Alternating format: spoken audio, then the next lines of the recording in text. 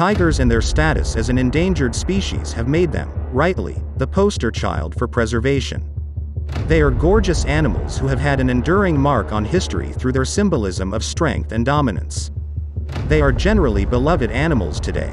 Yet if you look at one in the eyes at, say, a zoo, there is an inkling of primal fear of what it is like to be hunted.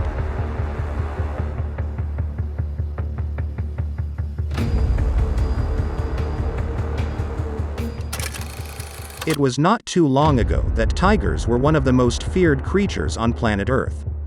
This is for a good reason. Tigers will attack and kill people.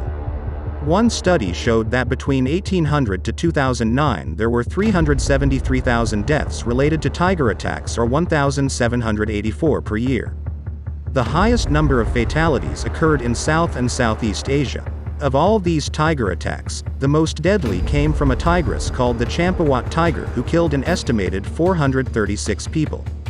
The Champawat Tiger was originally from Nepal, where it had managed to kill approximately 200 people starting in 1903 before the Nepalese drove her out, without killing her, to the Kumaon region of India in the early 20th century. After the tiger's arrival, she managed to kill another 234 before an exasperated government called in Jim Corbett. Edward James Corbett was born on July 25, 1875, the son of British colonists in India. He had become a colonel in the British Indian Army.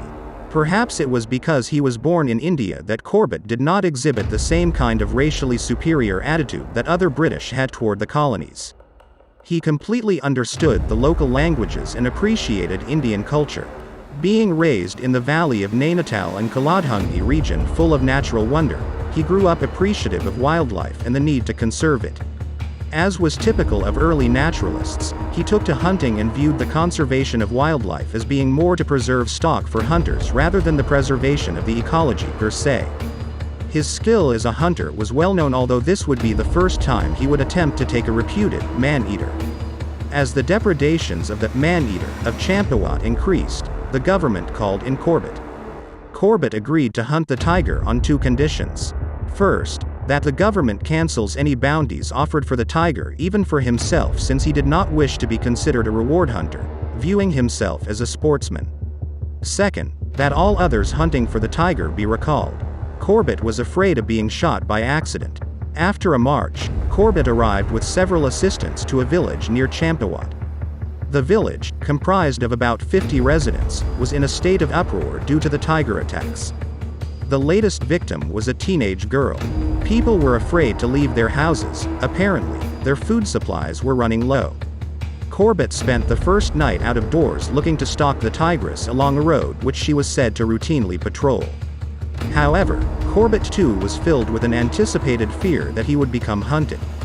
Corbett wrote, "When the night wind agitated the branch and the shadows moved, I saw a dozen tigers advancing on me, and bitterly regretted the impulse that induced me to place myself at the man-eater's mercy. I lacked the courage to return to the village and admit I too was frightened to carry out my self-imposed task, and with teeth chattering, as much from fear as from cold, I sat out the long night." When Corbett returned to the village in the morning, the villagers were surprised to see him alive. Corbett went on to further investigate the killings and was asked to stand guard while the villagers harvested wheat. Otherwise, they would not have done so for fear of the tigress. Harvesting went on as planned, with no sign of the tiger. Corbett himself was hesitant about searching out the tiger, although he knew that the villagers could show them the vicinity of where the big cat was likely to be.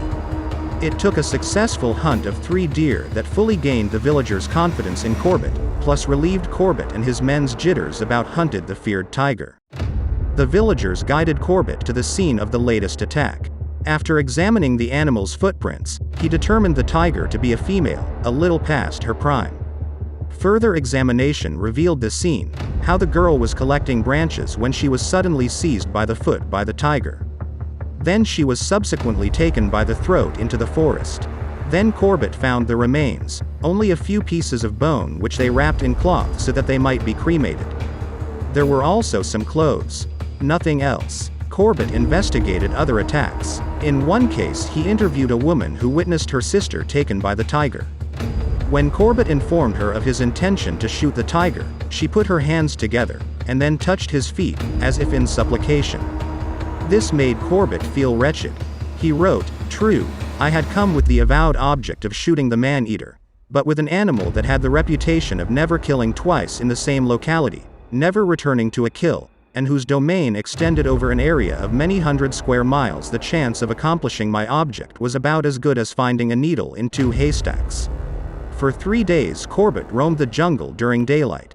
With no sign of the tiger, he moved on to Champawat proper, some 15 miles distant. By the time he arrived, Corbett managed to gather a party of about 30 men, eager to rid the district of the tiger. As he traveled, he heard more stories about the tiger's attacks. It was while here that he suddenly received word of a fresh tiger attack on a teenage girl.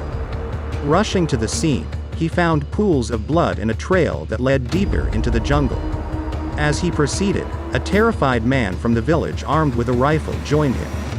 He was under orders from the village chief to accompany Corbett. This annoyed Corbett since he was determined to go alone. He ordered the villager to take off his heavy boots. They proceeded to follow the trail down to a watercourse.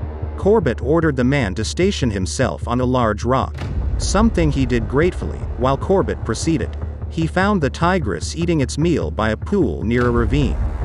Nearby there were the remains of the young girl's leg. Corbett stared at it in morbid fascination before coming to his senses. He grabbed his rifle and put his fingers on the trigger, shooting. At the sound of the rifle, the tigress turned away into the brush. There were then growls. It was an eerie thing that Corbett hoped would precipitate an attack and bring the tiger out. Instead, she ran off into the underbrush. Corbett hurried back to organize a beat of villagers to drive the tiger out. Over difficult terrain, hundreds of men firing firearms and noise marched, trying to drive out the tiger to Corbett, who had assumed a position to intercept her. The tiger finally emerged. The tigress did not go down easily. Corbett fired multiple times before the job was finished. Corbett later examined the corpse and found that the upper and lower right canine teeth were broken. Corbett concluded, this permanent injury to her teeth, the result of a gunshot wound, had prevented her from killing her natural prey, and had been the cause of her becoming a man-eater. Jim Corbett went on to earn fame through hunting many other tigers and leopards that had killed humans.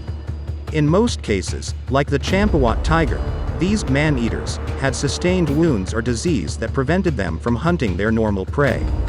Today, a national park in India is named after him and is a valuable preserve for Bengal tigers.